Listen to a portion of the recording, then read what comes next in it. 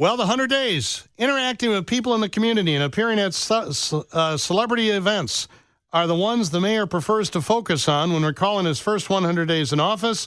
Lollapalooza, Bud Billiken Parade. He clearly takes pride in having become the role model for kids, especially black youth.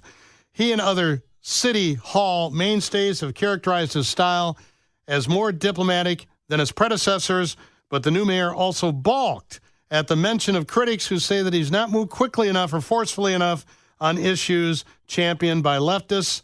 His optimism is somewhat tempered because there's problems swirling underneath and a broad array of political challenges on the horizon.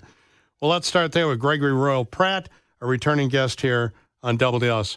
Gregory, if you had to give him a grade, I don't know if as a journalist you'd want to do this, but how would you grade Johnson's first 100 days? Incomplete. That's a good answer. Absolutely. What has he done well so far in your mind? Well, I think he's done a very nice job with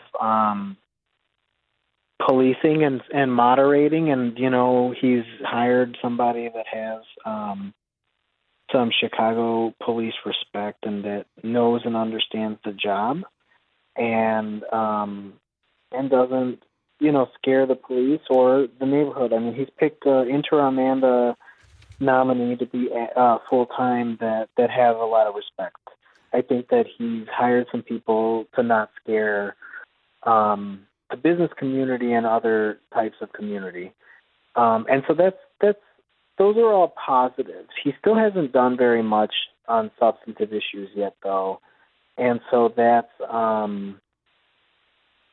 that's something that we will continue to wait and see. But people.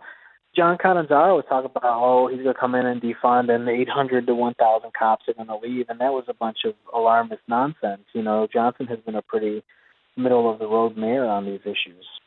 If the potential hiring, that has to be approved by the city council of our new superintendent, obviously, is a win. Is his biggest missed or unforced error the firing of Arwady? He definitely mishandled Arwadi's firing because he fired her without talking to her, and it just looked bad. It looked amateurish. He was always going to go in a different direction, and there's nothing inherently wrong with that.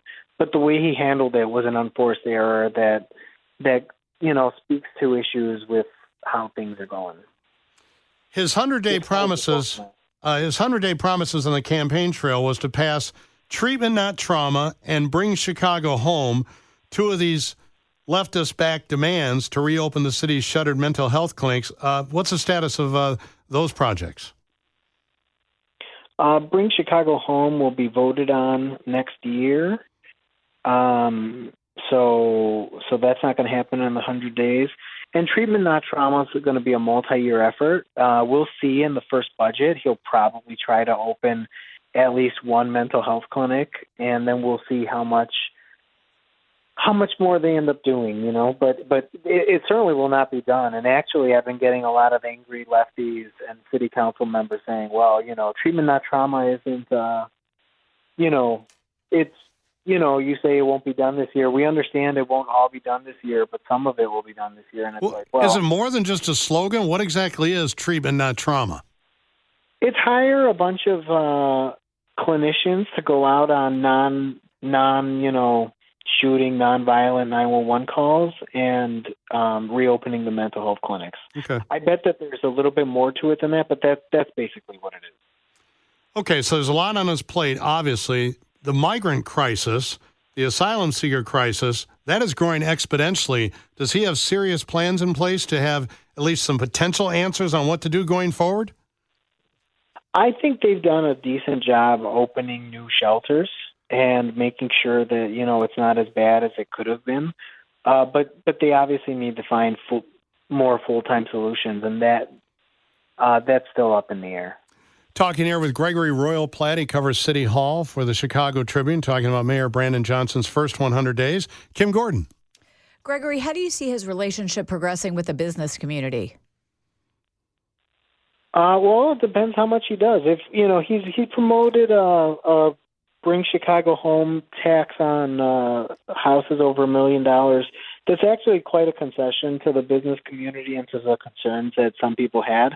It's not going to be as harsh on them as people feared. And so it depends how ambitious he's going to end up being. And we don't have an answer to that. But I don't think he plans to come in with a bunch of really left-wing proposals. I think he's going to disappoint them more than he angers the business community. Anything else, Kim? No, you also touched on the situation with the migrants, and I actually live really close to an empty hotel where they're housing some of the migrants, and there's been a lot of complaints about prostitution, things going on at night. Do you know that he's trying to curb some of that, and what's going to happen with some of these school kids? I know with kids going to school, I saw that several migrants were trying to get enrolled. Some of their children were trying to get enrolled in school, and they went to school. They didn't have the right papers, so it just seems like there's a lot of red tape going on right now that the city's having problems dealing with these issues. Well, unfortunately, prostitution is the world's oldest profession, and people are going to turn to that when they don't have work. And so that's been an issue at a bunch of different facilities. I know that they're working on it, and I'm working on a story about issues over the last year. And, they're in a really tough spot in terms of the shelter operators and the police because you have all sorts of things that happen in these facilities. You have instances of domestic violence. You have people get kicked out, and sometimes they just hang out outside of the facilities. I know that they work on it. I know that they will kick people out. I know that some people have even been arrested. But it is really hard. It is, it's hard to parent a child or a teenager, and it's really hard to parent adults.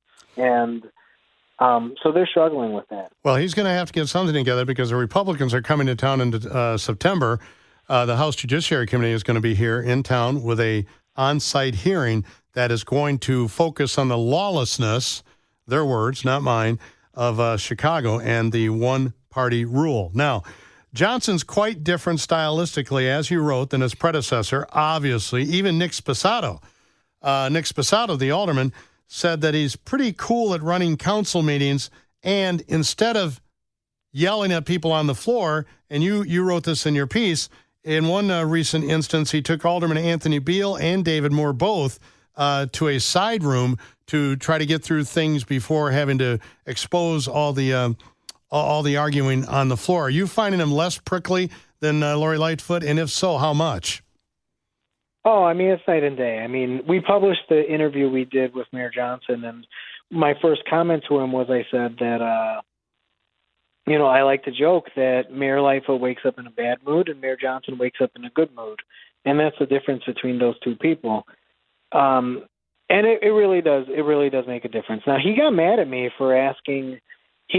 when I asked him about, I told him, look, I understand that you want to be deliberative and that's what, from your perspective, is what you're doing.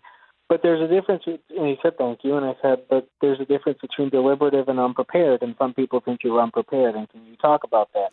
And he said, no, of course I'm not unprepared. I'm being deliberate and things are happening. And I pressed him on the fact that they have 6 acting or vacant department heads. And he,